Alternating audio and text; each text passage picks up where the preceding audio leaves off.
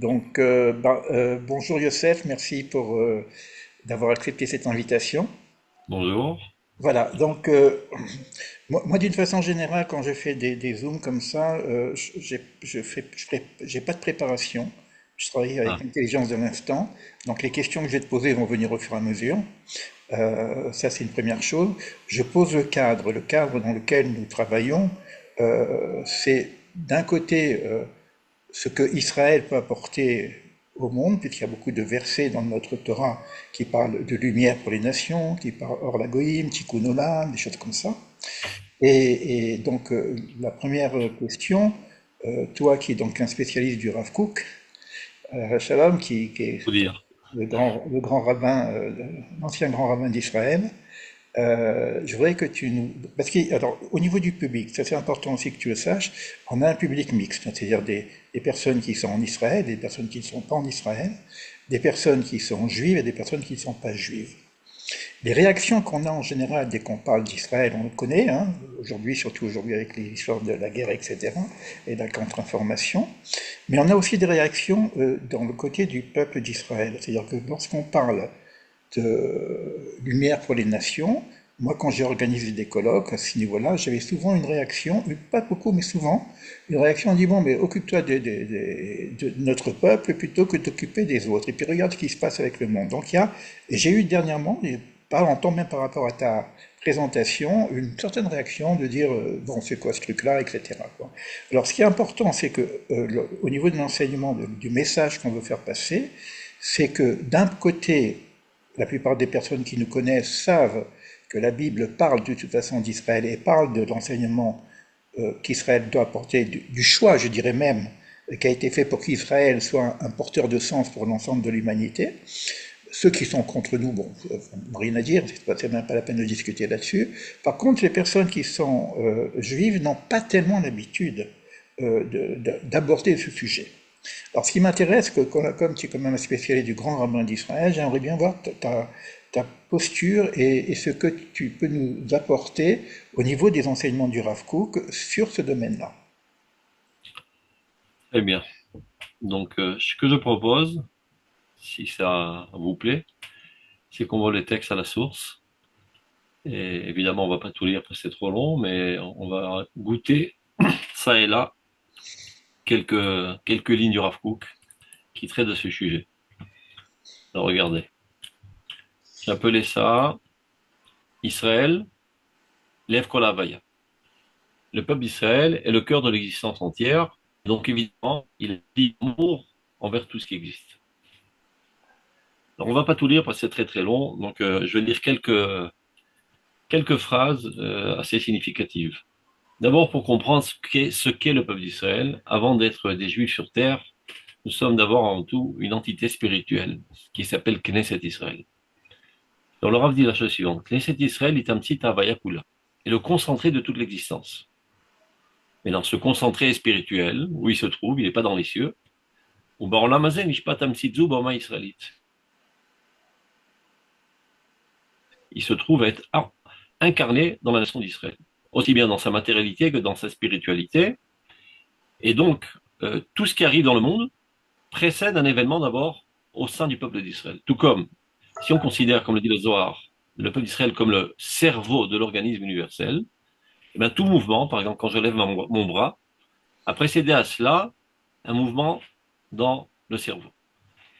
Et donc, le peuple d'Israël, en fait, est le déclencheur de tous les processus universels, étant le centre vital de l'existence entière.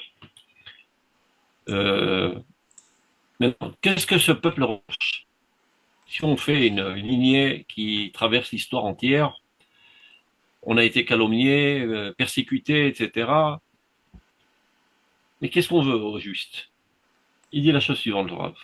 עצמות החפץ של להיות טוב לכל, בלא שום הגבלה בעולם כלל, בין כמות הניצבים ואיכותו של הטוב, זהו הגרעין הפנימי של מהות נשמתה של כנסת ישראל. Quelle est la graine essentielle de l'âme d'Israël? Eh bien, c'est d'être bon pour tous. Étant nous le, on va dire, le dévoilement divin le plus optimal dans ce monde, nous habillons la divinité À propos de Dieu, il est dit Tov Adonai lakol v'rachamav al kol ma'asav. Dieu est bon pour tout et sa miséricorde est envers toutes ses créatures.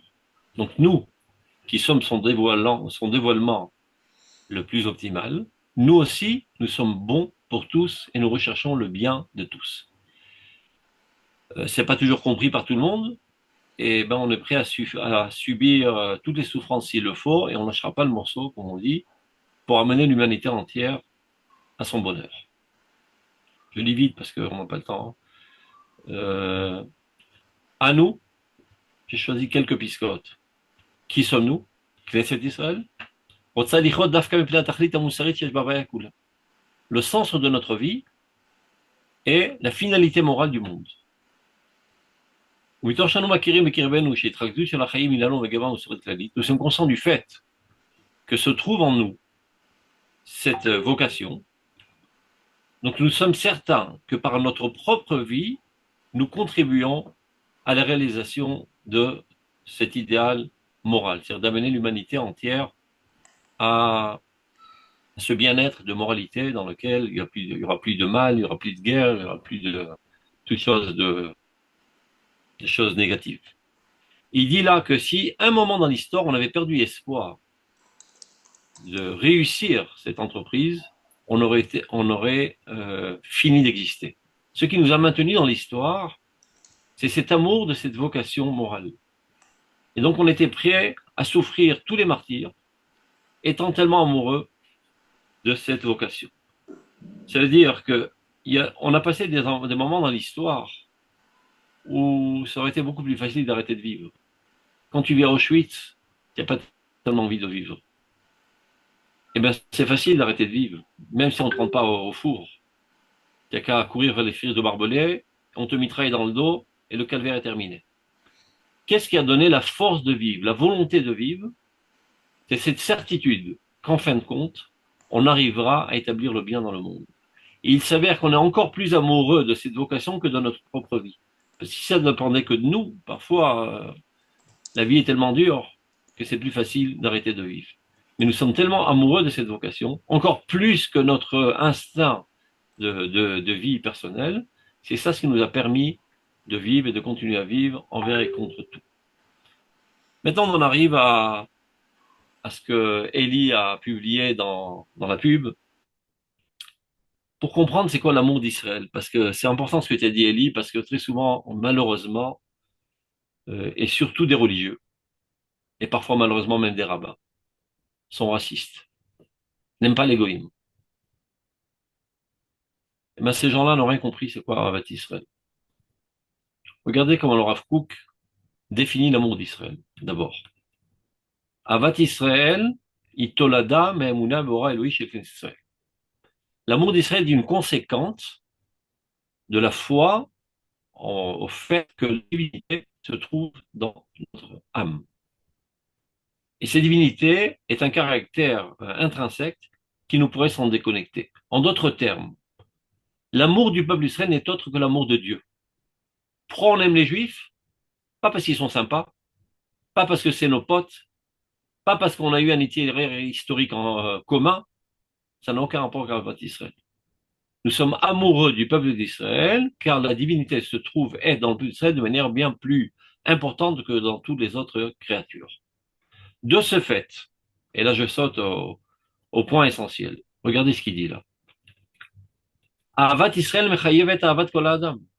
L'amour d'Israël implique l'amour de tous les hommes, puisque ce qui t'amène à aimer le peuple d'Israël, c'est l'amour de Dieu, et Dieu se trouve être dans tous les hommes. Donc l'amour d'Israël implique l'amour de tous les hommes.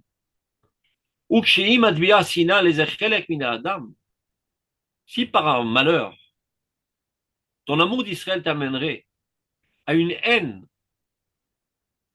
d'un homme, d'un peuple, d'un collectif, c'est un signe que ton âme n'a pas été encore purifiée de toutes ces saletés. Elle ne pourra jamais s'unir avec le délice de cet amour suprême. Et donc, où tu en es, c'est tout simplement dans ce qui s'appelle la volonté d'appartenir à un groupe qui n'a aucun rapport avec Israël, Même les loups, ils aiment bien aller ensemble, en horde, dans la forêt. Ça veut dire, c'est un besoin psychologique d'appartenir à un groupe. En d'autres termes, c'est du nationalisme extrémisme. Je ne veux pas dire le mot, c'est du fascisme, tout simplement. Si l'amour d'Israël t'amène à la haine des goïms, ben, tu n'as rien compris, c'est quoi l'amour d'Israël. Tu n'as vraiment rien compris, c'est quoi l'amour d'Israël. Ah, l'amour d'Israël, je répète, est l'amour de Dieu. Et Dieu se trouve être dans toute créature. Donc automatiquement, tu es censé aimer toutes les créatures. Est-ce que c'est clair jusqu'à là? Tu as d'autres questions? Ellie, je t'entends plus, tu as perdu le micro. Regarde, regarde, regarde. Ça y est, Tu as ça y est, perdu c'est bon. ton micro? Vas-y. Alors, moi, j'ai noté quelques questions, évidemment, parce que ce que tu as dit, c'est énorme, c'est super, c'est magnifique. Je t'embrasse. Sachez que c'est pas la Torah du Rav Kook. C'est la Torah tout simplement. Non, non, Et toute autre approche est une falsification de la Torah. non, non, mais ça fait 50 ans que je suis là-dedans, donc Donc tu comprends. mais bon, là, je sais que je me veux pas tout seul. Bon, il y a beaucoup de monde quand même qui sont conscients de cette chose-là, que finalement, qu'on essaie de réaliser le projet divin quelque part, et le projet divin, c'est l'humanité. Alors, alors, j'ai plusieurs questions, tu peux les prendre toutes, et puis si tu réponds pas à tous, Non, une par une, il vaut mieux. bon, J'ai une mémoire courte. alors, la première question, parce que c'est, d'abord, il faut qu'Israël soit Israël. C'est-à-dire qu'il soit construit, il soit fini quelque part. Donc on est aujourd'hui dans l'élaboration d'Israël, et on voit même dans d'autres domaines qu'on essaye d'améliorer l'État d'Israël pour qu'il puisse jouer ce rôle. D'accord? Donc ça, c'est une première question. Et dans cette question-là, une fois qu'il, je dis pas peut-être maintenant, dans sa progression, aujourd'hui, qu'est-ce qu'on peut apporter aux nations, puisqu'il s'agit d'apporter quelque chose. Quand on parle de bonté, tout ça, bon, c'est super, mais qu'est-ce que c'est hors la goïm, qu'est-ce que lumière pour les nations? Par exemple, pour Abraham, on dit que par toi seront bénies toutes les familles du monde. C'est quoi cette bénédiction? Alors, est-ce qu'on doit attendre qu'Israël soit complètement construit, ou est-ce que déjà, donc, quelle est cette bénédiction? Qu'est-ce qu'on peut apporter? Et aujourd'hui, est-ce qu'on peut commencer à l'apporter malgré l'état du monde? Regarde. On va prendre l'exemple le plus célèbre qui a été rapporté par Yehuda Levi dans son livre Le Kuzari, dans lequel il compare la relation entre le peuple d'Israël et les autres nations comme le cœur envers tous les autres membres. C'était l'autre question, parce que tu avais parlé du cerveau, et je voulais dire que vous Dans, avez... dans le Zohar, il est marqué le cerveau, Rabbi Yehuda Levi va préférer parler du cœur, peu importe, c'est les deux centres de vie essentiels. D'accord. Là, évidemment, plus le cœur est en bonne santé, et bien plus il envoie du sang oxygéné dans le corps. Moins il est en bonne santé, moins le sang sera oxygéné. Maintenant, lorsque nous étions en exil, il n'y avait pas de cœur Bichlal. C'est ça la catastrophe de l'exil.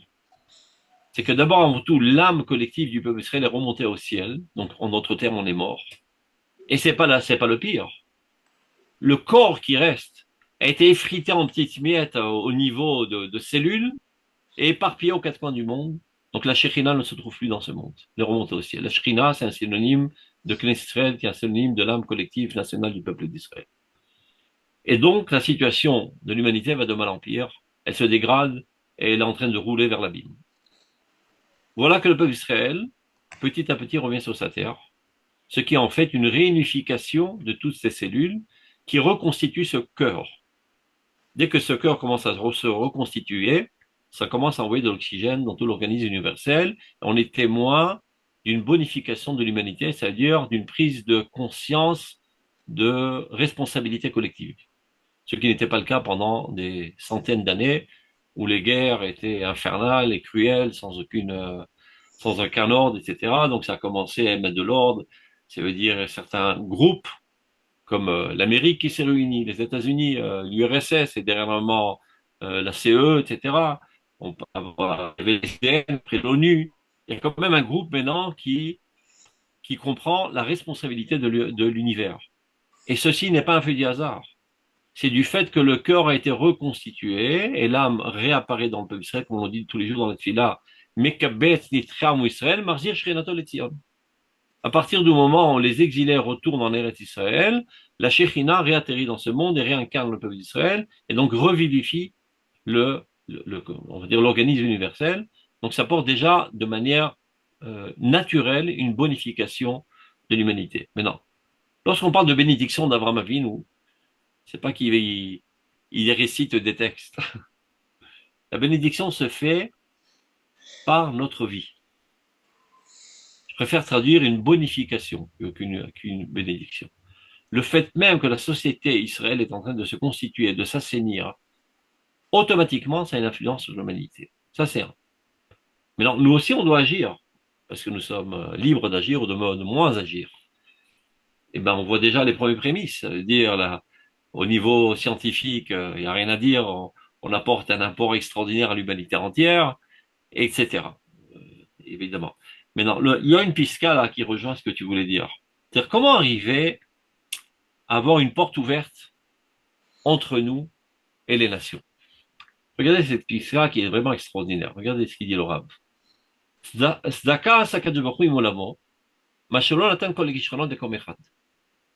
Dieu a fait quelque chose de très sympa. C'est qu'il n'a pas donné tous les, on va dire, tous les atouts,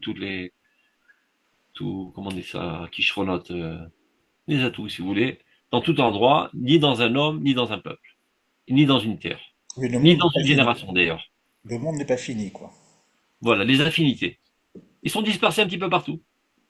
Et la volonté de se parfaire fait qu'on a une nécessité d'aller vers l'autre pour s'enrichir réciproquement.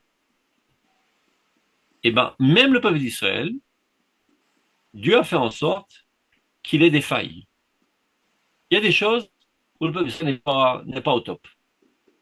Pour qu'il ait besoin d'aller s'enrichir d'égoïsme. À partir du moment où il a besoin d'aller s'enrichir d'égoïsme, la porte est ouverte.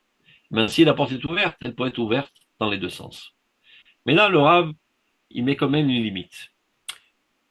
Il dit, ce qu'on peut recevoir d'égoïsme, c'est, on va dire, l'aspect extérieur de la vie, c'est-à-dire les aspects techniques, technologiques, scientifiques, etc. Quant à l'aspect intérieur, c'est-à-dire la morale, elle est ouverte que dans un seul sens. Nous sommes donateurs, non pas receveurs. Nous pouvons recevoir des goïms, et on a appris pas mal de choses chez eux. Par exemple, on n'était pas au top de l'organisation. Même à l'époque de Moshe Rabbeinu, on voit bien qu'il n'était pas capable de lui-même d'arriver à la conclusion qu'il faille construire une hiérarchie jusqu'à que Yitro lui a donné ce bon conseil. Donc, sur les points de vue organisationnels, etc., nous n'étions pas tellement au top et on s'est enrichi des goïms, du fait même qu'on était parmi eux. On revient à la maison avec les atouts, les affinités des autres nations. Mais maintenant qu'on revient sur notre terre, notre rôle essentiel est d'enseigner la morale. Maintenant, enseigner la morale, je répète encore une fois, c'est pas en donnant des conférences. Il faut pas, Dieu n'avait aucune intention qu'on édifie une association qui met sur pied des orateurs, des conférenciers qui vont se propager dans le monde entier pour donner des conférences. C'est pas comme ça qu'on améliore le monde. Mais en étant un exemple. Il lui dit, Lech lecha l'artzecha, ve'esra legoy gadol, ve'nivrechu becha kol mishpachot adam. Car le monde n'est pas constitué d'une addition d'individus, mais d'entités nationales. Donc si tu veux avoir une influence sur l'humanité, tu dois toi-même être une entité nationale. Et pas n'importe quelle entité nationale, la meilleure, la plus grande, la plus forte, économiquement parlant, militairement parlant, scientifiquement parlant, etc. Parce que pour pouvoir une influence, il faut être autour de la table où se trouvent tous les gouverneurs du monde. Mais disons qu'il y a une petite différence entre le gouverneur de l'Amérique et le gouverneur de la Tunisie, par exemple. Ils n'ont pas exactement la même force. Donc, si tu veux avoir une influence, tu dois te tenir à la tête de la table. Et pour se tenir à la tête de la table, eh ben, il faut être fort dans tous les domaines. On est en bonne route. On n'est pas encore la plus grande puissance mondiale, mais on a une puissance grandissante de jour en jour.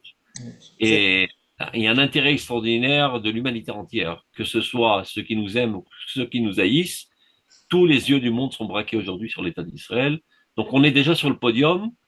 Il nous suffit que de faire ce qu'on doit faire et d'être ce qu'on doit être pour avoir une influence. Et je voudrais revenir sur une réflexion par rapport à ce que tu viens de dire quand même, au niveau de la réciprocité, tu vois. Donc tu parles de réciprocité au niveau des techniques, des sciences et techniques. de la temporalité, donc il n'y aurait pas de réciprocité, d'après ce que tu viens de dire, au niveau de l'intemporalité ou de la morale ou de la spiritualité. נכון. Voilà. Donc, alors, maintenant, moi, ce que j'ai appris par ailleurs, notamment par Manitou, que tu connais très bien, כן, que chaque nation a une valeur. נכון, Et que le rôle d'Israël serait justement l'unité des valeurs. Donc, donc cette valeur elle-même, il a repris la symbolique du rôle du fil qui serait la réunification de ces valeurs pour faire un collier. Ça, c'est une première chose. Donc, déjà, donc, on a quand même des valeurs, et ces valeurs, est-ce qu'elles sont pas elles-mêmes quelque chose d'important même pour Israël?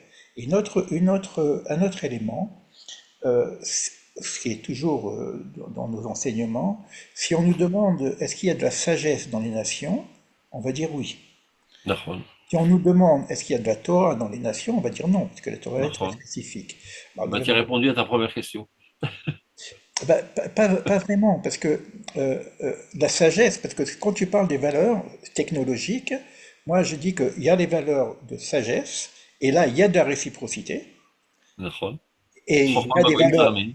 Donc si tu dis que au niveau de Torah, on n'a pas besoin d'avoir des interprètes de la Torah, parce que la Torah est donnée à Israël, et il y a à l'intérieur de la Torah bah, toute cette sagesse pour sortir un petit peu la substance de cette Torah, mais au niveau de la réciprocité, je pense en tout cas par rapport à cette image que je t'ai donnée au niveau des valeurs et puis du ce collier, qu'il y a de la réciprocité au niveau de la Ah, sagesse. les valeurs, je suppose, dont parlait Manitou, ben, c'est les valeurs, c'est exactement ce que parle le Rav Kook, parce que l'obéissance, la discipline, etc., ce sont aussi des valeurs que nous devons apprendre. Mais c'est pas au niveau de la Torah. Donc la morale, on parle de la morale divine, on n'a rien à recevoir des goïms. Il le dit de manière un peu plus claire, regarde. Regarde, il dit ça de cette manière. ובזה יש מקום לקבלה שצריכים לקיים לעולם, וממילא פלויה עכשיו. אלא שהקבלה היא מבחוץ וההשפעה היא מבפנים. Nous recevons de l'extériorité de la vie, c'est les valeurs dont tu parles, et notre influence est dans l'intériorité de la vie. Klomar, tout החיים שלמה עם בישראל. L'intériorité de la vie est parfaite dans le Israël, évidemment, puisqu'elle provient de la révélation du mont Sinaï.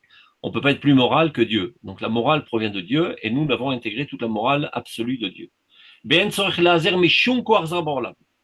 Sans avoir aucun besoin d'être aidé d'aucune force étrangère du monde. C'est clair? Par exemple, les aspects extérieurs de la vie, qui sont les valeurs dont tu parles, qui sont pas non importantes. Parce que si, par exemple, une nation n'est pas organisée, ben, elle s'écroule. Si l'économie n'est pas organisée, elle s'écroule. S'il n'y a pas derrière, ça s'écroule. Tout ça, on peut apprendre d'égoïsme, c'est Oui, d'amour.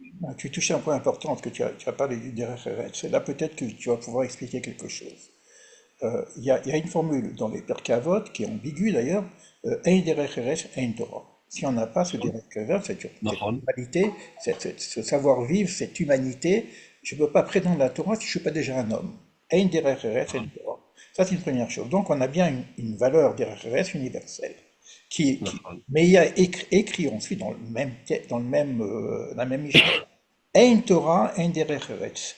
S'il n'y a pas de Torah, il n'y a pas de derech eretz. C'est comme si on aurait une valeur universelle de sagesse et de moralité et d'éthique qui est un préalable à la Torah, et c'est נכון. comme s'il y aurait d'autres valeurs éthiques et universelles et morales lorsqu'on a la Torah, qui serait donc Évidemment. différente. C'est-à-dire que la morale s'élève d'une morale humaine à une morale divine. D'accord. Il faut d'abord, avant tout, le Rav Souda disait ça de manière un petit peu humoristique. Dans la tfila du matin, on dit L'orlam yadam yireh shamayim veseter kebegaloui. L'homme doit être craignant Dieu, aussi bien lorsqu'il est caché que lorsqu'il est dévoilé. Ben là, il dit ça de manière humoristique en mettant une virgule. L'orlam yadam. D'abord, sois un homme. Après, tu peux parler de Hirat Shamayim.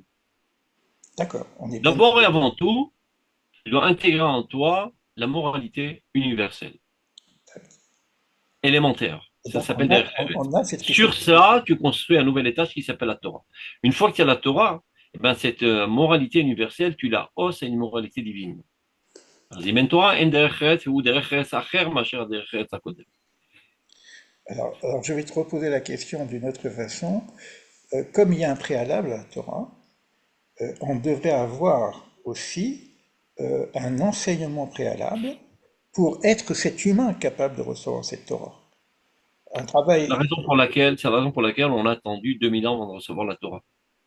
Des Avot, on a appris les Midot, qui sont les vertus. exact. Si la Torah est tellement importante, sur elle repose tout le monde, pourquoi Dieu n'a pas écrit le premier jour? Il faut d'abord une préparation. Il faut être mûr, une certaine maturité pour être à la hauteur de recevoir la Torah. Et ça, on l'a appris des Avot, et même avant les Avot. Shem Ve'ever. Yaakov a étudié dans les Shivot de Shem Ve'ever, qui est un goy. La morale universelle. Et le Rambam l'écrit de manière la plus claire dans Ilchot Talmud Torah. Lo machlisim le Bet Midrash tamid sheno hagun. Il est interdit de rentrer au Bet Midrash un élève qui n'a pas une droiture élémentaire. Sans quoi, il risque de devenir une super crapule. Parce que la Torah est un amplificateur des forces. Il est dit à la propos de la Torah, Kirvivim ala esev ou rim ala déchets. C'est comme de la pluie. Ben, la pluie, lorsqu'elle tombe, elle arrose aussi bien les roses que les épines. Donc si tu es une rose et tu es arrosé de la sainteté de la Torah, tu seras une super rose. Mais si tu es une épine, tu seras une super épine. Donc il vaut mieux que tu restes idiot. Parce qu'un idiot qui est méchant, le maximum il prend un bâton et il commence à casser la tête aux gens. Mais s'il devient intelligent, il peut développer la bombe atomique. Donc il vaut mieux qu'il reste idiot. Donc l'homme donc évidemment, il faut d'abord et avant tout acquérir les vertus élémentaires universelles. Alors tu vois que l'équation n'est pas facile, hein. Elle est quand même ambiguë dans la mesure où je dois apprendre le direct, c'est-à-dire universel, mais Qui qui... vient aussi de la Torah. Alors, Parce que d'où il d'accord, est arrivé chez l'univers? De la Bible. oui, Il alors vient aussi maintenant, de la Torah, mais il a été acquis par les autres goïms pour te oui. dire que d'abord, remplis ta vocation d'homme. Sur ce, remplis ta vocation d'Israël, qui est la mise en valeur de ta neshama. On a un effet shroar ve neshama. Maintenant, on a quand même des sages comme Maïmonide, qui va utiliser quand même la philosophie d'Aristote pour apporter ses valeurs. Non, là c'est une fausse lecture de Maïmonide. Je sais que c'est comme ça qu'on enseigne Oui, oui, ça c'est dans vrai. l'académie. C'est pour ça que je On vous a appelle. tendance à croire que Maïmonide était un élève d'Aristote, c'est une erreur. Maïmonide est un élève de Moshe Rabbeinu. Mais parfois, il a trouvé des valeurs toraniques qui ont été formulées de manière très, très belle. Donc, pourquoi ne pas prendre là-bas? Comme il le dit lui-même, Kabel et Haemet Misha Amara. Reçois la vérité de celui qui l'a dite. À tel point que Chazal nous dise, Loulen et Torah et nous kablim, lomdim, nekiut mechatul, etc., etc. Donc, sans avoir reçu la Torah, on aurait pu apprendre la fidélité de la colombe et la propreté du chat et le zèle de la fourmi, etc. Donc, si on peut apprendre d'une fourmi et d'une colombe et d'un chat, on peut aussi apprendre d'Aristote. Mais ça ne veut pas dire que ces valeurs n'existaient pas dans la Torah. Elles existent dans la Torah. Il se peut qu'elles ont été formulées de manière plus belle chez Aristote, et donc il les prend aucun problème. D'autant plus que dans sa génération, ils étaient tous bourrés d'approches aristotéliques, donc c'était le langage le plus adéquat. Je peux supposer que si le Rambam aurait eu dans notre génération, il aurait parlé plutôt un langage national, parce que c'est ce qui emplit aujourd'hui le cœur des Juifs en Eretz Israël. À chaque génération, les Chachamim ont adapté leur message dans une formulation linguistique en conséquence de l'environnement. Mais c'est une erreur de croire que sans Aristote, le Rambam ne serait pas arrivé à ces conclusions. Oui, oui, non, bon, c'est juste un échange hein, pour essayer C'est clair. d'éclaircir. Par contre, maintenant, si on en revient maintenant à ce que Israël peut apporter aux nations, comme c'est quelque chose qui est dans la Torah, alors quelle est cette valeur spécifique à Israël, qui a été donnée à Israël et qui viendrait de la Torah, qui va être diffusée dans les nations? Et je vais juste faire une réserve. On va pas parler des noirs, parce que je sais que ça, c'est la réponse classique. Mais quand on regarde l'ensemble des lois noirs, beaucoup disent que bon, l'humanité a déjà atteint ce niveau. Pas tous, évidemment, mais beaucoup. Donc il me semblerait que, et le Rav Ashlag dit qu'il y a quelque chose à apporter au niveau de l'intériorité même de la Torah pour les nations. Évidemment, Manitou disait évidemment. lui-même que Ravachag a eu beaucoup de courage, parce que c'était quelque chose qui était fermé, même pour les Juifs. Donc ça veut dire aujourd'hui que si on, c'est pas une prétention, si on a un devoir, je dirais même, d'apporter quelque chose aux nations, j'aime pas le mot goïm d'ailleurs, aux nations, Il y a ça veut dire que c'est quelque chose qu'ils n'ont pas. Donc on va pas leur parler de la philosophie, on va pas leur parler de la sagesse qu'ils ont la déjà. Torah moche. Mais Donc il y a regarde, quelque chose qu'ils n'ont pas et qui viendrait de la Torah, mais qui serait un en plus. Et s'il n'y a pas évidemment. cet en plus, à quoi ça sert? Regarde, quand la Torah a été donnée, elle a été traduite simultanément en 70 langues. Ba'erev, Ouais. Kefati, c'est là. Et lorsque mon cher Rabbeinu s'apprêtait à faire rentrer le peuple d'Israël en Eretz Israël, lui, il n'a pas eu le mérite, mais on s'apprêtait à y rentrer avec Yoshua, il a même écrit sur des pierres la Torah en 70 langues. Donc, évidemment, je suppose qu'il n'a pas écrit toute la Torah en 70 langues, mais disons les fondements essentiels. Tout ça pour dire que la Torah n'appartient pas au peuple d'Israël. La Torah, elle est universelle. Et c'est pas par hasard qu'on n'a pas reçu la Torah en Eretz Israël, mais dans le désert. Le désert, c'est comme Efker. C'est un endroit qui appartient à l'humanité entière. Pour bien nous faire comprendre que la Torah, c'est pas la constitution nationale de l'État d'Israël. C'est vrai qu'on a un besoin intrinsèque d'Eretz Israël, mais la Torah est en-delà de tout. C'est la Torah du Créateur. Torah Tchaboré Shamayim Va'aretz. Donc elle est adéquate à toutes les créatures. Maintenant, nous étant le cœur, ou le cerveau, peu importe, on peut intégrer en nous la totalité de la Torah. Les autres, qui ne sont que des membres, chacun des membres peut intégrer en lui une partialité de la Torah qui lui est adéquate selon sa nature. Et le rôle d'Israël est en aucun cas de vouloir convertir les goïms au judaïsme, ce qui est quelque chose d'aberrant, mais d'enseigner à chaque peuple quelle est sa nature et de ce fait quelle est sa vocation. C'est ça le rôle. C'est-à-dire qu'il y a dans la Torah des lumières qui sont adéquates à toute la créature, et chaque lumière, c'est une infinité de faisceaux, on va dire, vient éclairer une entité nationale. Car il faut savoir, comme tu disais tout à l'heure, les entités nationales ne sont pas faites par hasard, c'est Dieu qui les a créées. Il y a Tsev, Givulot, Amim, les Mispar, Béni Israël, et chaque entité nationale réalise un dévoilement de Dieu. Et ils sont tous nécessaires. Bon, je vais poser ma dernière question, après je vais laisser peut-être les personnes qui sont présentes poser d'autres questions. Quand tu as parlé Carrément. justement de Dieu aujourd'hui, maintenant, ce qui me semble aussi, et bon, c'est que la plupart, en tout cas je l'ai vu avec Manitou aussi, hein, avec le transfert de Melchisédek avec Abraham, tout ça, l'enseignement universel, accessible et naturel chez les nations, sont un rapport avec le Dieu créateur. C'est-à-dire qu'ils ont une capacité aujourd'hui, même la science y arrive, à se connecter avec cette idée de Dieu en toute chose, etc., Dieu créateur. Mais ceux qui n'ont pas accès, et ceux que nous aussi devons avoir accès, c'est cette notion d'Hachem. Donc il y aurait quand on parle de ce qu'on peut apporter aux nations et qui n'est pas encore connu par le monde, c'est qu'est-ce que c'est ce nom qui n'est pas prononçable, qu'est-ce que c'est cette unité, ce principe unique, hein, qui serait la finalité de la révélation finale pour l'humanité. Est-ce qu'on pourrait dire que un des rôles, d'ailleurs, Moïse lui-même, lorsqu'il arrive voir Pharaon, et il dit laisse sortir mon peuple, ça servir Hachem, il dit c'est qui ce Hachem? Il y a toutes les tablettes de tous les noms divins, mais il n'y a pas Hachem. Donc est-ce qu'on aurait aussi cette responsabilité de faire connaître cette dimension divine à l'humanité? C'est la différence entre Yud Kevavke et Elohim, c'est ça que tu parles, je suppose. Elohim, c'est la sagesse divine qui se trouve gravée dans l'existence. Et Exact. ça, la science est en quête constante d'essayer de comprendre le fonctionnement de ce monde. Ce sont les forces divines qui gèrent l'existence, les lois qui sont dans l'existence. Exact. Mais on peut arriver à une approche déterministe de l'existence, de croire que c'est toute une relation de cause à effet, et en fait, il y a pas de finalité.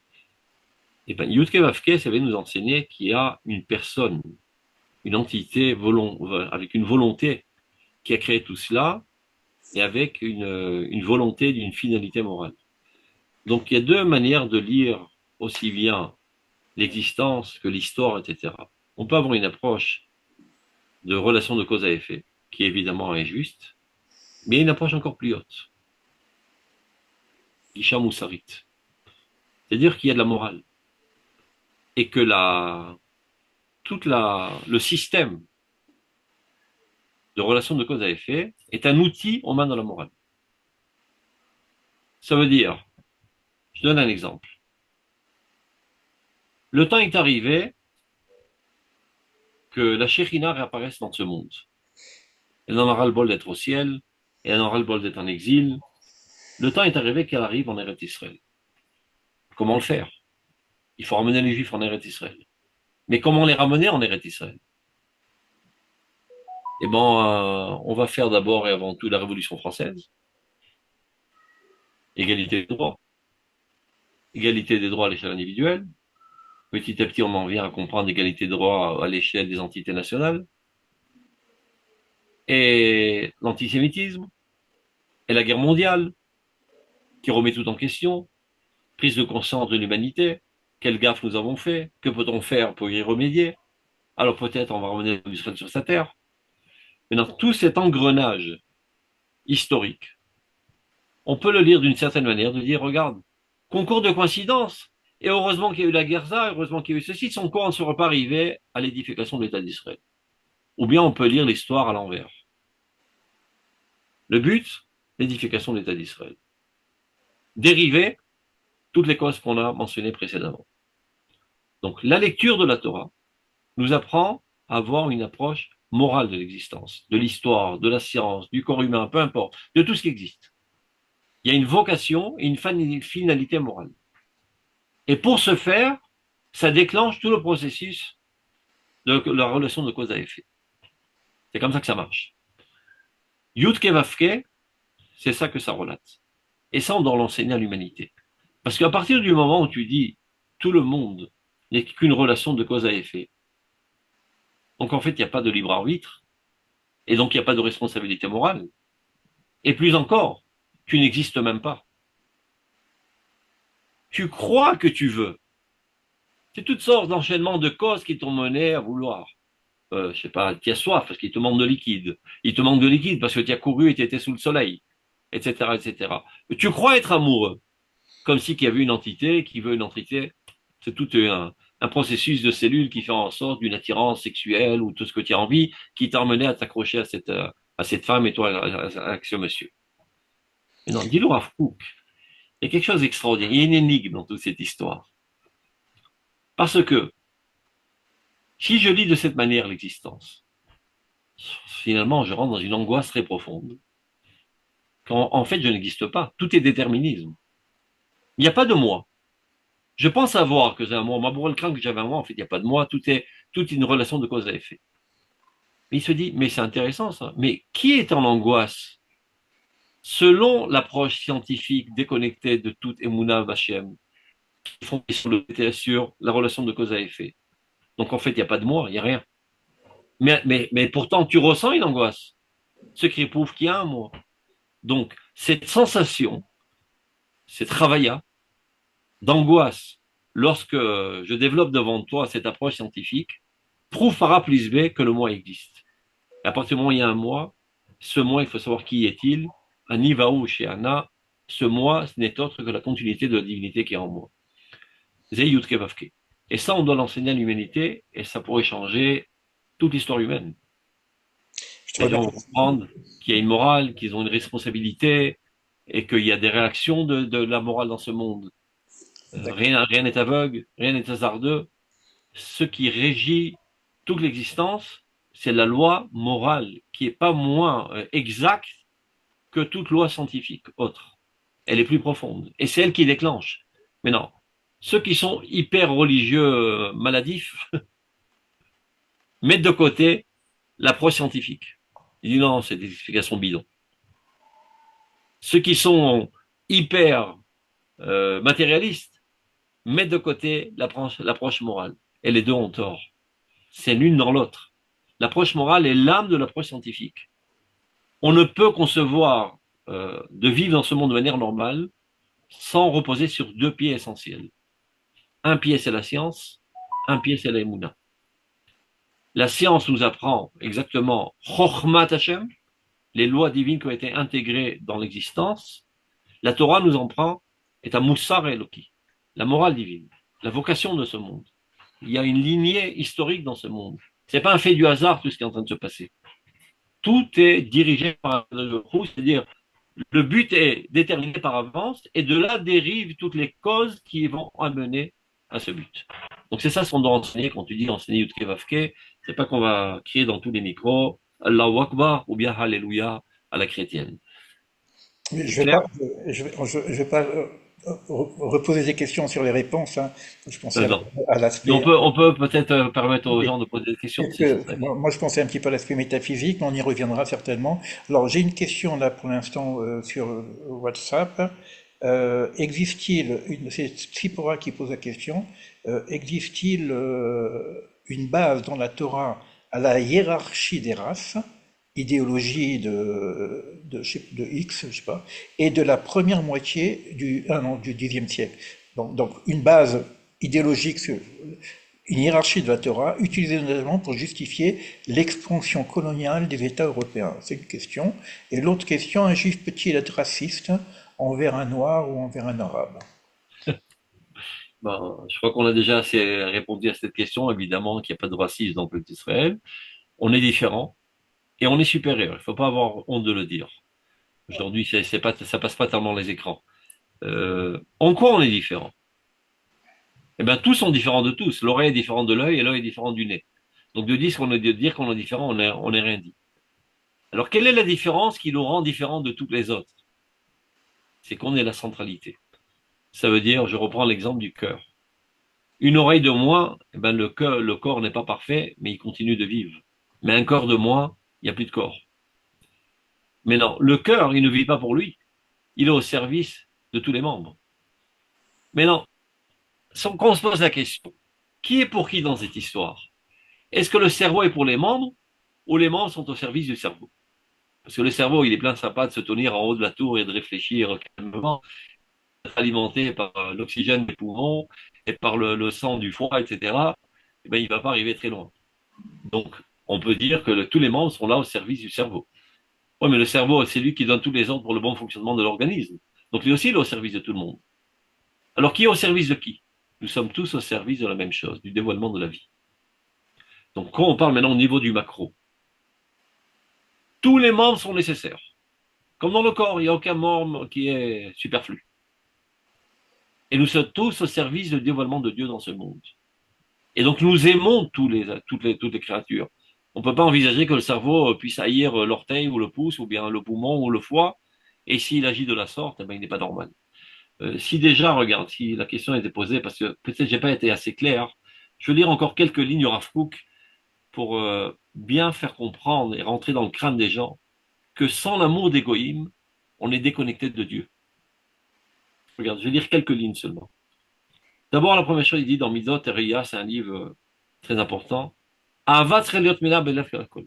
Si c'est normal, tu dois avoir de l'amour dans ton cœur envers tout. C'est quoi tout? Ahavat kol hamaasim. D'abord, il faut aimer toutes les créatures. Après, tous les hommes. Et après, l'amour d'Israël. Vous voyez l'ordre? Ça commence d'abord de l'amour de toutes les créatures, après l'amour de tous les hommes, et seulement après l'amour du peuple d'Israël. Pourquoi? Chez Kolel et Takol. Parce que le peuple d'Israël comprend en lui tout. Veshatidin Israël et Taken et Kolamasim Kulam. Car le peuple d'Israël va réparer l'humanité entière. Donc pourquoi on aime les Juifs plus que tous? Parce que ce sont eux qui vont servir au mieux l'humanité. C'est-à-dire, étant amoureux de l'humanité, c'est ça ce qui nous amène à aimer le peuple d'Israël qui va bonifier l'humanité. Je chote. Regardez. Avat abriot sreliot chaya balev ubaneshama. L'amour des créatures doit être bien vivant dans le cœur et dans l'âme. Avat kol adam, tout homme. Avat kol ha'amim kulam, toutes les nations. Chefet iluyam vitrumatam, le désir de leur élévation, aussi bien spirituel que matériel. Maintenant, regardez ce qu'il dit pour les religieux, entre guillemets. Vous savez que quand on va à la synagogue tous les matins, ben, le début de la prière, pour ceux qui arrivent en retard, qui disent pas les corbanotes, ça commence par Hodou. Alors, il dit le Rav Kook. אי אפשר כלל לבוא לידי רום הרוח של הודו לשם, קראו בשמו, הודיעו בעמים עלילותיו, בלא אהבה פנימית, même כלב ונפש להיטיב לעמים כולם. On ne peut pas s'élever à cette élévation d'esprit, de dire, dans la prière, dans le sidour, Odou Lachem, remerciez Dieu. Kirou Bishmo, interpeller son nom, Odiou Ba'amim Alelotav, faites savoir parmi les peuples tous ces actes extraordinaires, sans amour très profond, du plus profond du cœur, de vouloir procurer du bien à toutes les nations, améliorer leur bien, les rendre heureux. Trunazou, maintenant regardez la bombe atomique. Regardez, écoutez très bien ce qu'il dit le Rav Kook. Rentrez ça bien dans votre crâne.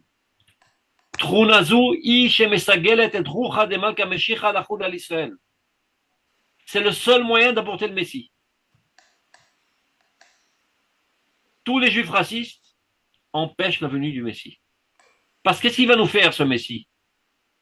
Il va mener le bien à l'humanité entière. Et si toi, dans ton approche, dans ton idéologie, tu es anti-universel, ben le Messie ne peut pas venir. Avec qui il va travailler? C'est bien beau d'apporter un chef d'état-major. S'il n'a aucun soldat, il ne peut rien faire. Si tous les juifs sont dingues, s'ils sont tous racistes, à quoi il sert ce Messie? Ce qui permet que l'esprit messianique repose sur le peuple d'Israël, c'est d'abord et avant tout d'amener les juifs à l'amour de l'humanité entière, de tout homme. Je saute. Regardez. Avad Abriot Khatipul Beroubé. C'est quelque chose qui nécessite un travail constant sur soi-même. Kielu Yesh Nigudim. Il y en a qui sont peut-être indifférents envers cet amour. Elle doit pénétrer toutes les chambres de notre cœur, etc., etc. J'en arrête là. Maintenant, en effet, soyez, excuse-moi. on laisse les gens poser des questions quand même. Pour ça que je t'arrête. Donc, bon, c'est vrai que tout ça, c'est extrêmement explicité également dans les prophéties d'Ésaïe, etc. Évidemment. Je vais reposer une autre question qui est de Catherine. Donc, on ne peut enseigner que ce que l'on connaît pleinement pour pouvoir enseigner à tous. Bon, je lis hein, simplement. Doit-on voir le peuple hébreu comme une eau d'une source universelle? Tout peuple a goûté de l'eau, il en est partout de l'eau, mais une seule. Attends, parce qu'il y a un nouveau message. Euh, J'arrive pas à comprendre la question. Alors, si tu j'ai veux pas, m'expliquer la question. pas trop coupé Vous pouvez Elle parler. peut pas parler au lieu d'écrire. Ouvrez vos micros. Catherine, ouvre ton micro et pose ta question. Posez vos questions, c'est plus sympa que. Tu peux enlever le partage d'écran, comme ça je vois aussi les gens, parce que sinon Ouais, ouais, ouais. Je sais comment qu'on fait en fait. Je m'en rappelle plus. tu enlèves partage d'écran. Ah, il y a partagé, je crois que. Attends, je sais pas si je peux le faire moi-même. Flip. Voilà. Non. Ah oui, j'ai compris, j'ai compris. Show moi. Voilà. Voilà. C'est mieux comme ça. Alors, posez vos questions. Alors, il y a Catherine qui a posé une question, mais on n'a pas trop, j'ai pas trop compris parce que Elle est j'arrive pas. plus là, Catherine? Ben, elle est là, non? Oui, elle est On là. va parler. Ça va. Sinon, en attendant, si quelqu'un veut poser une question, vous ouvrez votre micro, un seul micro s'il vous plaît, puis vous posez la question. Shalom, Oui? Oui. c'est Rose, Rose Espérance. J'avais une question, je trouve très intéressant ce que vous dites parce que j'avais eu un discours opposé une fois, donc je trouve ça très intéressant parce que oui, c'est un peu en miroir. Je pense que les goïs, effectivement, apportent des choses aux enfants d'Israël et vice-versa. C'est un partage tout simplement. Mais du coup, est-ce qu'on peut dire que, parce que j'ai entendu dire qu'il y avait des âmes d'Israël qui pouvaient s'incarner dans des corps de goïs. Alors, est-ce que le but et d'apporter la lumière d'Israël dans certaines communautés qui sont peut-être trop éloignées justement du peuple d'Israël? Tov. Cette histoire-là de Goïm qui s'incarne dans le corps des Juifs, des âmes juives qui s'incarnent dans le corps de Goïm, eh ben, c'est exactement les convertis. La Gemara dit la chose suivante. Les Juifs qui se sont tenus au mont Sinaï, eh ben, la Touma qui avait été mise dans Hava en a été extirpée et donc ils sont aptes à recevoir la Torah. Alors pose la question, qu'en est-il des guérim, des convertis? Dit la Gemara, leur âme était au mont Sinaï. Mais il s'est avéré qu'ils n'ont pas continué dans l'itinéraire historique du peuple d'Israël. Ces âmes sont restées dans la stratosphère, ils volatisaient. Et un beau jour, Dieu a décrété de les faire atterrir dans ce monde. Maintenant, elles atterrissent où? On ne sait pas pourquoi, ce sont les secrets de Dieu. Tout d'un coup, cette âme atterrit dans un fœtus fécondé, dans le ventre d'une maman, Goya. Et voilà que cette âme juive se trouve être dans de la chair qui n'est pas juive, c'est-à-dire du point de vue historique. Et bien, quand on le dit, il se sent mal dans sa peau, de la manière la plus simple. Et quand vous interrogez un Ger Tzedek, il te dit, mais toujours je me suis ressenti juif.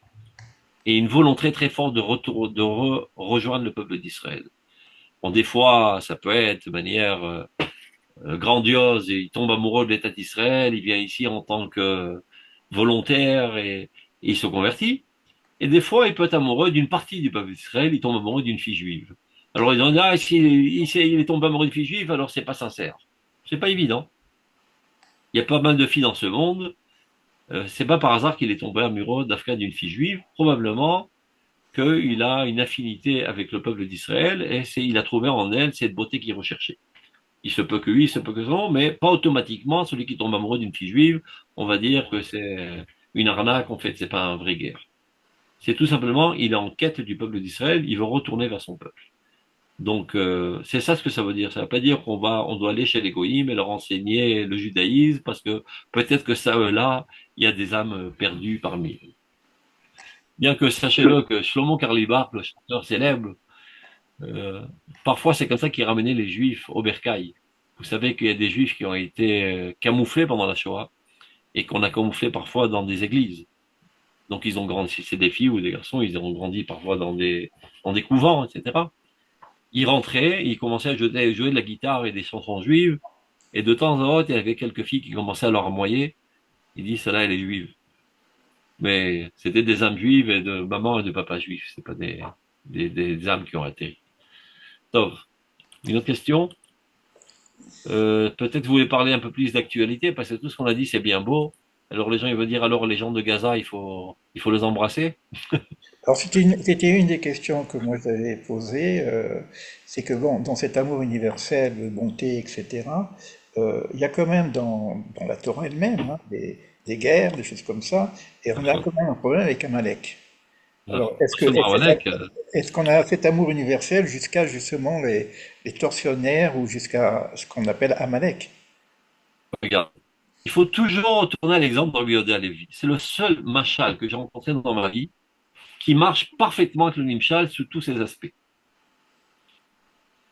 Supposons qu'il y a un membre dans le corps qui a le cancer. Ben, il faut l'amputer. Pas par la haine du membre, mais par l'amour de l'organisme. C'est-à-dire que les guerres d'Israël ne sont pas les guerres pour le bien d'Israël, mais pour le bien de l'humanité entière. Et c'est très actuel, ce qui est en train de se passer aujourd'hui. Le Hamas est la quintessence du mal. Et personne n'est assez courageux dans ce monde pour attaquer de face cette quintessence du mal. Il lui fallut que le peuple d'Israël, qui est le peuple de Dieu, le peuple de la morale, euh, prenne sa responsabilité. Comme toujours, on ne le fait pas de nous-mêmes. C'est ce qui caractérise cette Géoula.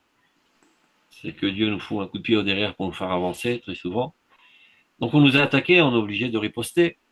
Mais si déjà on riposte comme il faut, jusqu'à anéantir totalement le mal. Et pas seulement comment dire, les tentacules de la poulpe. Finalement, on arrive à la poulpe elle-même, qui est l'Iran, qui est aujourd'hui, sans aucun doute, Amalek. On n'a pas de problème de territoire avec l'Iran, on leur a jamais fait de mal, ils nous haïssent. Réchid, Goïm, Amalek, ils sont l'antagonisme même du peuple d'Israël. D'ailleurs, sachez-le que ce Khamenei là, Khamenei, est un descendant direct de Haman. Il le sait et il le dit même. Il doit se dire, voilà, Haman n'a pas réussi, son coup, j'ai peut-être moins le réussir, mais il aura la même fin exactement si Dieu veut.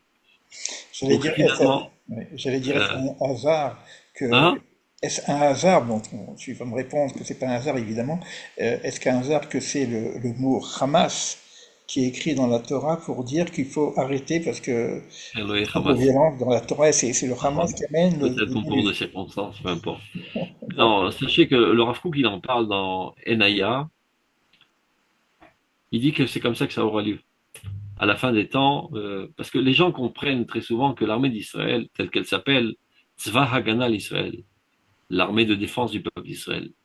Ça, c'est un niveau premier. Le niveau le plus élevé de l'armée d'Israël, qui est l'armée de Dieu, est de mettre de l'ordre dans le monde et d'édifier la morale dans le monde. Dans édifier la morale, ça ne se fait pas que par des discours. Ça se fait aussi par des discours et par un exemple vivant. Mais il faut avoir la responsabilité aussi d'attaquer de face le mal. Et très souvent, des gens qui sont trop pacifistes sur les bords n'ont pas la force de le faire.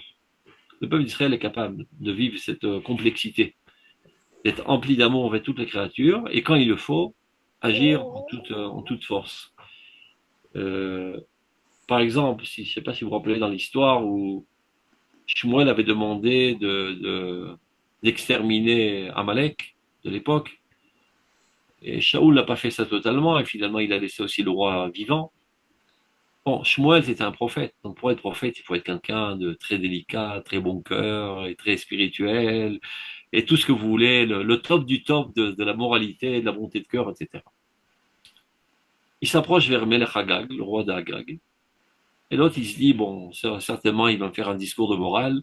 Donc, il était assez cool. Il voit un rabbin avec une robe blanche, une barbe blanche, très gentil et très bon cœur. Il va me faire une leçon de morale et on va terminer l'histoire comme ça. Il se rapproche gentiment de lui. Tout simplement, il tire son épée, il lui coupe la tête.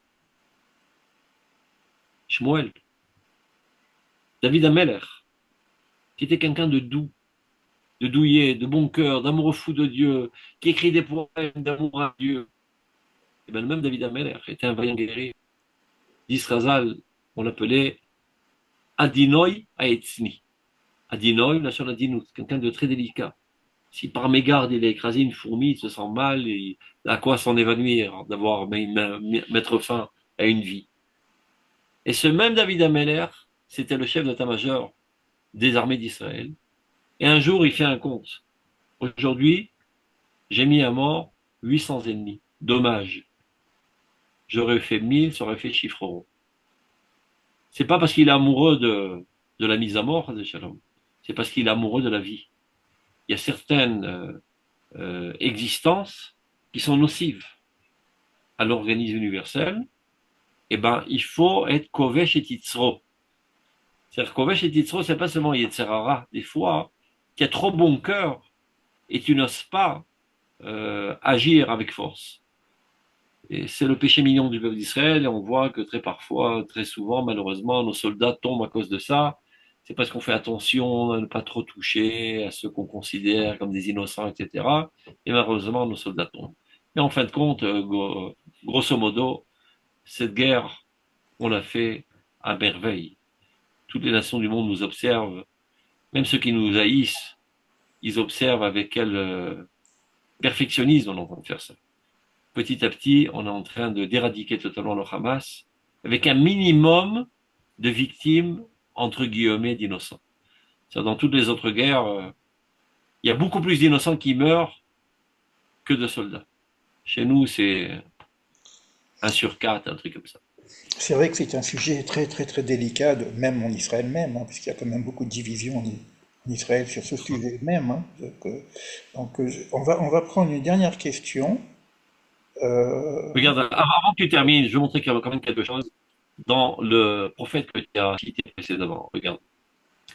Tout le monde connaît parfaitement cette prophétie de Ishaïa.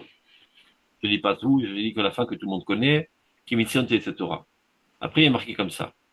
À la fin des temps, ils transformeront leurs épées en itim, c'est des pelles, Vechanitotem les mazmerot, et leurs lances. Mazmerot, c'est l'outil agricole avec lequel on fauche le blé. Loïsago et Golcherev, il n'y aura plus d'épée qui sera élevée d'un peuple contre un autre peuple, et tout l'art de la guerre ne sera plus enseigné. C'est-à-dire qu'à la fin des temps, on parle d'un désarmement mondial. Qui va faire ça? Évidemment, le peuple d'Israël. Maintenant, regardez, il y a une prophétie moins célèbre. Et là, je vous mets en défi de trouver la différence, le jeu des 7 différences. Regardez. Qui est marqué dans l'Oréel Perek Dalet. Il dit la chose suivante. Kiruzot Bagoyim. Criez ça parmi les nations. Kaddeshu Milchama. Sanctifiez la guerre. Agiborim kshu ya'alu, que tous les vaillants guerriers se rapprochent, Kol anshe milchama, kotu itechem lechoravot, transformez vos pelles en épée. Ou mazmerotechem l'irmachim. Et vos fauches, je ne sais pas comment ça s'appelle cet outil-là avec lequel on fauche le blé. Fossile, je ne sais pas comment ça s'appelle. C'est bon. Une fossile, Je peu crois. importe. Transformez ça en lance. Alors, quelle différence y a-t-il entre la première prophétie et la deuxième prophétie? C'est Exactement le contraire. c'est- Exactement le contraire. c'est l'époque. Alors vient des idiots pseudo-scientifiques de ce qu'on appelle la science de la critique de la Bible, Mada Bikoret Amikra. Ils vont dire il y a deux genres de prophètes. Il y a des prophètes militaristes et il y a des prophètes pacifistes. Idioties sont pareils. On parle de deux époques. Et bien, dans la première époque, d'abord et avant tout, il faut tenir l'épée la plus haute. Il faut que le peuple d'Israël ait l'armement le plus sophistiqué et l'armée la plus entraînée du monde. Car, pour donner l'ordre à l'humanité de mettre les armes à terre, il faut qu'on soit convaincant. Pour être convaincant, il faut deux choses. D'abord et avant tout, il faut être une puissance mondiale militaire. Si vous ne nous écoutez pas, on vous convaincra avec des arguments frappants. Mais ça ne suffit pas. Il faut avoir aussi une puissance morale. Parce que si on prêche la morale, lorsqu'on est en train de faire la queue pour entrer dans les fours crématoires à Auschwitz, mais vous dire évidemment que vous prêchez la morale, parce que vous êtes des pauvres types, et c'est la seule manière de trouver une issue de secours. On voudrait bien vous voir à notre place, à la tête d'une puissance militaire, et de continuer le même message. Et ben là, on le fait. Nous sommes à la tête d'une puissance militaire. Notre armée est la meilleure du monde. Sans aucun doute. Même les Américains restent bouche bée dans nos opérations extraordinaires. Quantitativement, évidemment que non, parce qu'on n'est que maximum quelques centaines de milliers de soldats. Mais qualitativement, on est la meilleure armée du monde. Mais on est aussi l'armée la plus morale du monde. On ne se sert pas de notre armée pour faire souffrir les autres. On n'est qu'à la défensive.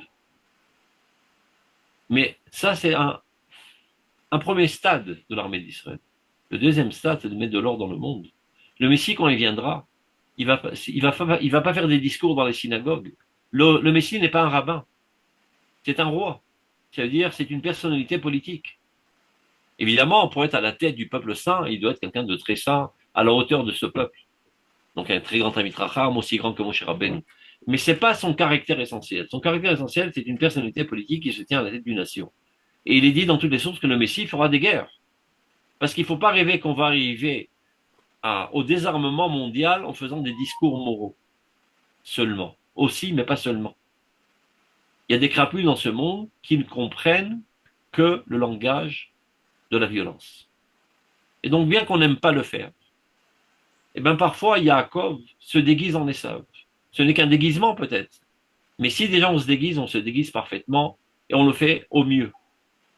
C'est vrai que nous, notre nature est d'être Ishtam et Shevalim.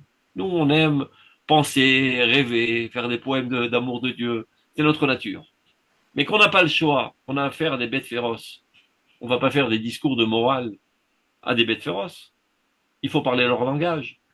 Donc le peuple d'Israël, quand le Messie viendra, qui se tiendra à la tête de l'armée d'Israël, d'abord, avant tout, va devoir faire des guerres dans le monde. Pas seulement la défensive du peuple d'Israël, parce que notre rôle est d'apporter le bien à l'humanité entière. Il y a énormément d'humains qui souffrent sous des régimes de dictature. Qui va mettre de l'ordre? L'Amérique? Il n'en a que faire. S'il n'y a pas une conséquence directe sur le dollar, c'est pas eux qui vont mettre de l'ordre. Le peuple de la morale, le peuple de Dieu. Ben, le peuple de Dieu, c'est nous. Si vote Hachem, les armées de Dieu, c'est l'armée d'Israël. Viendra un jour où les soldats d'Israël devront parcourir le monde, à leur tête se tiendra le Messie, pour éradiquer tous les régimes totalitaires et sauver les populations. Il y en a qui parlaient tout à l'heure des Noirs. Ben, tous les Noirs qui sont opprimés par les sales Blancs, et ben, ceux qui vont mettre de l'ordre là-bas, ce seront les Juifs.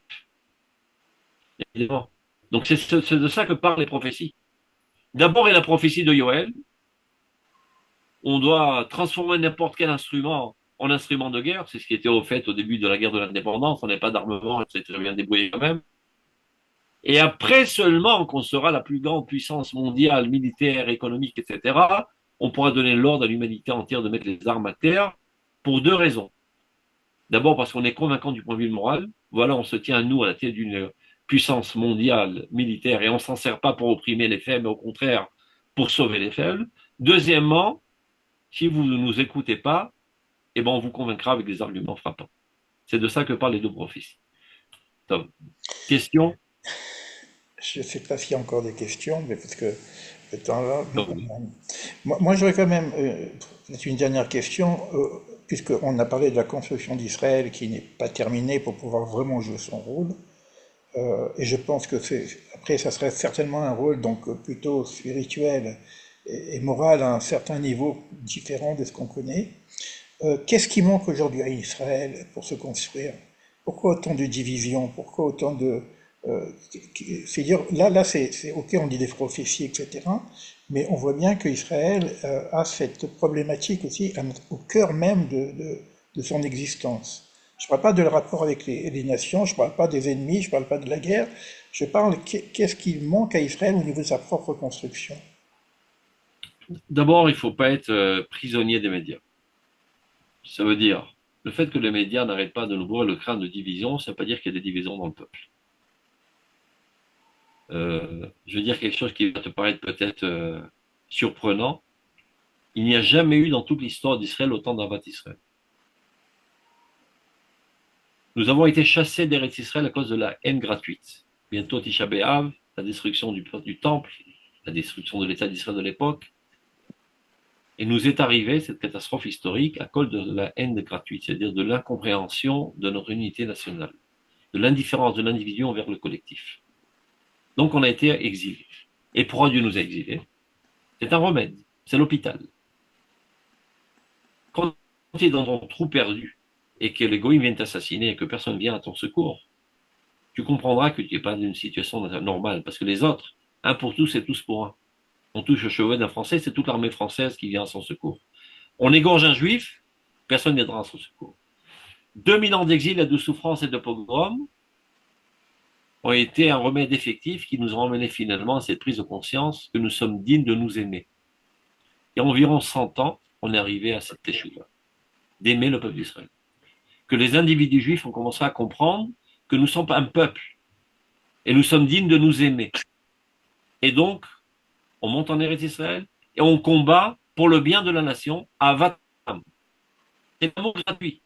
On n'a rien reçu de cette nation. On ne fait que donner pour la nation. L'amour gratuit. Et dès lors, l'État d'Israël est fondé sur cet amour gratuit. Je suis en train de parler avec toi maintenant. Je reçois un coup de téléphone. Yosef, tu arrives tout de suite. Où tu arrives? Je ne sais pas, au Golan.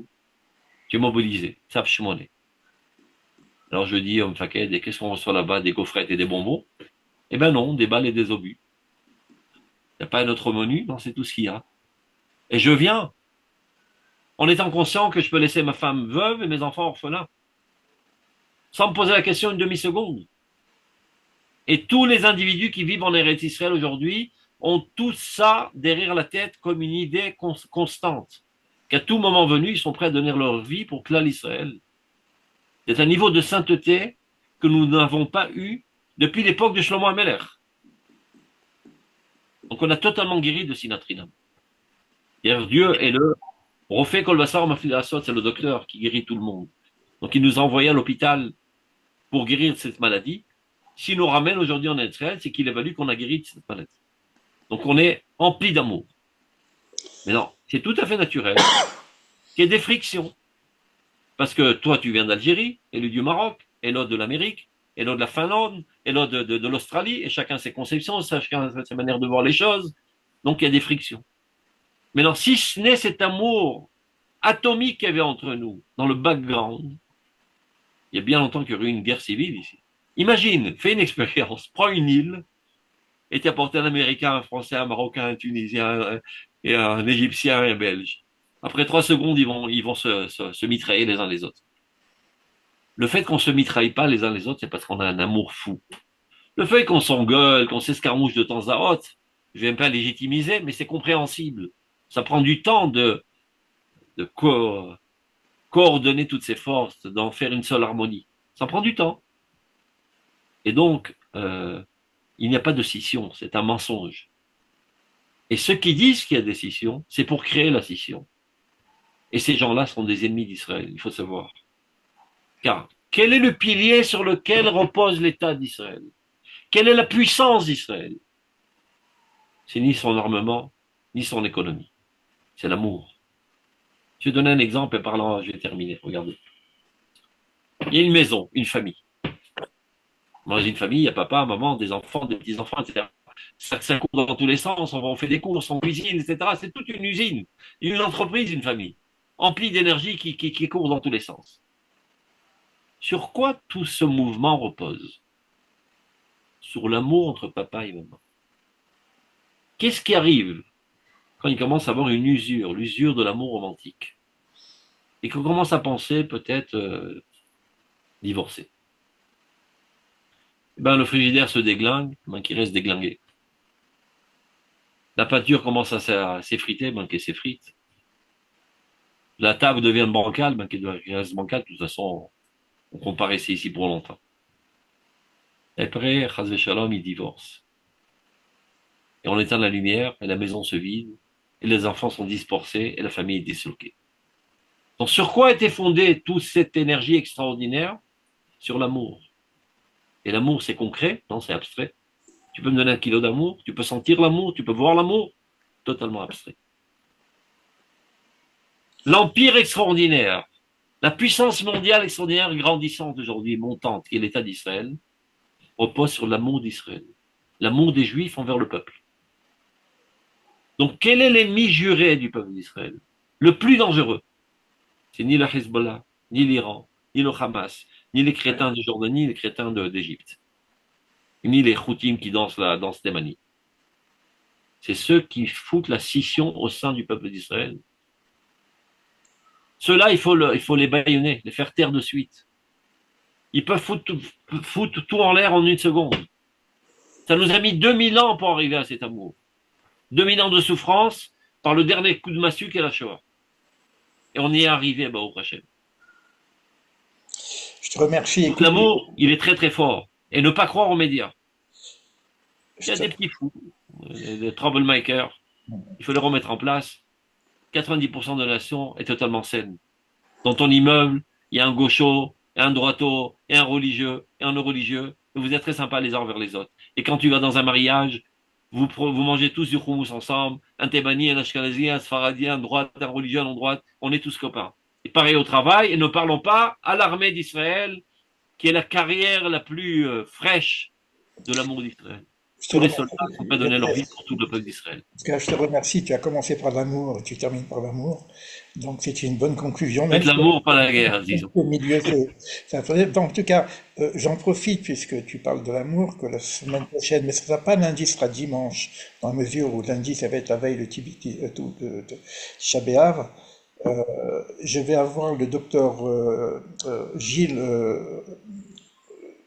alors, Morali, Gilles Morali, ah, qui est, c'est qui le est un bonjour. spécialiste du Zohar Ah, je ferai de l'amour. et qui va nous parler de l'amour justement parce qu'on va parler un petit peu du Shirachirim. Ah, Donc, le livre d'amour par excellence. toujours dans l'esprit d'avoir différentes versions de la vocation d'Israël, et tout ça, ça va être une unité. Et si on n'arrive pas à faire, comment dire, le collier de valeurs avec toutes les nations, si on arrive à faire plusieurs interviews comme ça avec différents acteurs de changement, rabbins ou autre chose, philosophes de chez nous, on pourra faire peut-être un collier avec les différentes valeurs d'Israël eux-mêmes, à l'intérieur d'eux-mêmes, pour faire l'unité des valeurs. En tout cas, je te Ah, remercie et je vous dis à bientôt. Donc, je vais vous laisser, alors attendez, que je fasse quelque chose, peut-être pour que les personnes qui ne me connaissent pas. Alors, je crois que je peux le mettre ici. Voilà, je vous laisse en bas un petit lien pour me rejoindre au niveau du WhatsApp, pour partager un petit peu ce que je fais. Moi, je fais deux interventions, une le lundi, une le dimanche. Donc, vous aurez la possibilité de communiquer avec nous et puis de continuer cette aventure d'interview de Sababa. Ça va. Ouais. À bientôt. Ah Donc, bah, quand tout la khair. Shalom, shalom. À bientôt.